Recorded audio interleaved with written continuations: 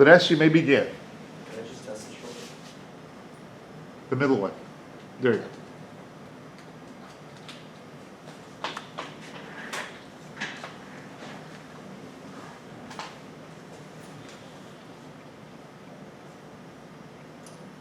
Good afternoon, everyone. Today, I'll be talking about a topic that is very well known of, but not very well talked about. Obesity is one of the leading causes in preventable death from type 2 diabetes, cancer, stroke, and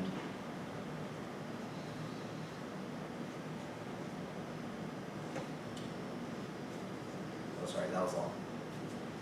As you can see here, this shows a chart into which it shows all the states in the United States, and these percentages are the amount of people that are obese.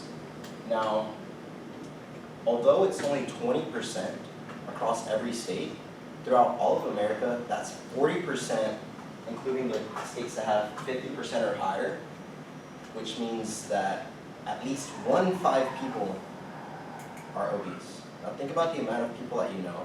I'm pretty sure you know a bit more than 5, don't you? Obesity is something that I know a little bit all too well of. My family is a family of 6, and me and my sister are the only 2 that aren't obese. I personally right now am overweight, and I'm trying to get out of it.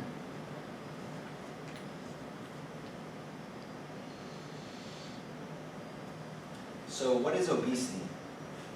Obesity is a disease in which the person affected just has an excessive amount of body fat. Now this has many causes, which can include your diet, your physical activity, and also stuff like genetics and extenuating circumstances. Obesity is measured by a BMI, which is right there, BMI, and then these are the measurements. 30 marking obese, and then 35 extremely obese.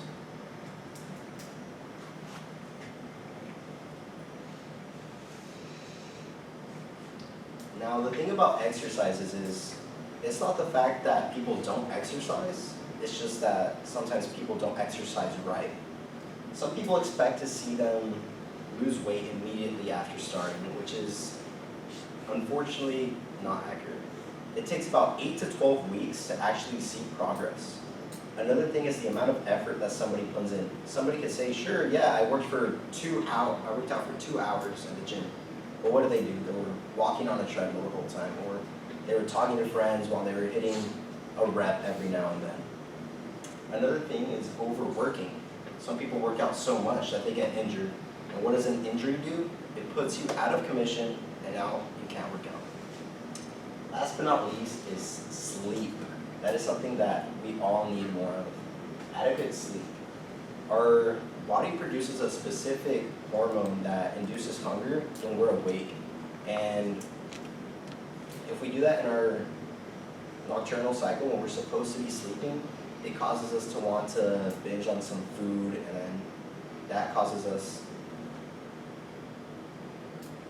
to just overall consume more calories, which is not necessary.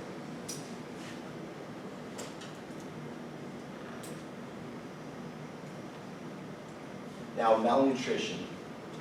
Malnutrition is a very important part.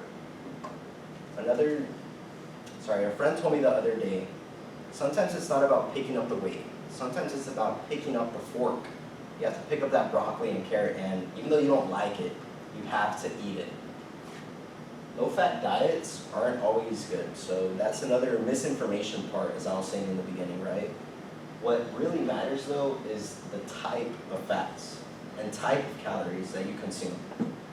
Right now, there's a thing called trans fats, and did you actually know that in 2018, according to the Harvard Department of Public Health by Walter Willett, artificial trans fats were actually banned due to how dangerous they were to your body. They were actually connected to heart disease and cholesterol.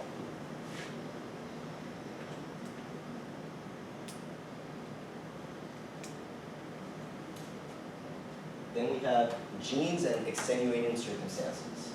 Epigenetics, that is a fairly modern term. That basically talks about is how your ancestors affect how you are, and it could also affect your personality, your traits, your body itself. If your mother was pregnant and she was eating a lot of junk food, there's a higher chance that her child is going to come out being obese. Prader-Willis syndrome is a specific syndrome that lowers the speed into which you can actually learn and changes the way you think and causes you to be hungry all the time, even though you're full. Well, your body thinks it's full, but your mind doesn't. Binge eating disorder actually starts with just how you eat every day. Some days you'll snack on chips, another day you'll go get some junk food, right? And then it turns into a cycle to where you're not really eating any healthy foods, it's just snack after snack after snack instead of proper 3 meals. Cushing syndrome, that one was actually very interesting to me. I found it on my pathophysiology book for nursing. Cushing syndrome's most common cause is actually medications.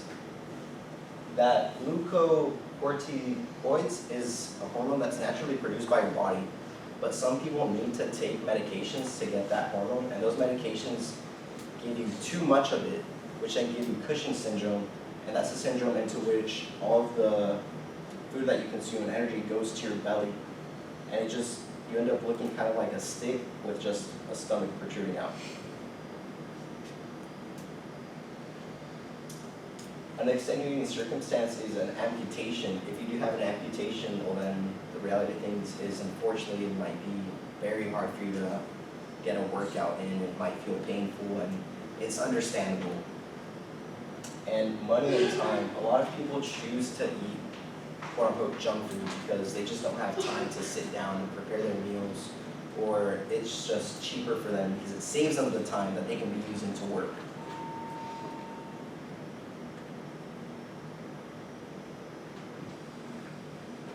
Some key takeaways about this is that although the population of obesity is very big, it doesn't necessarily mean that people aren't trying to better themselves.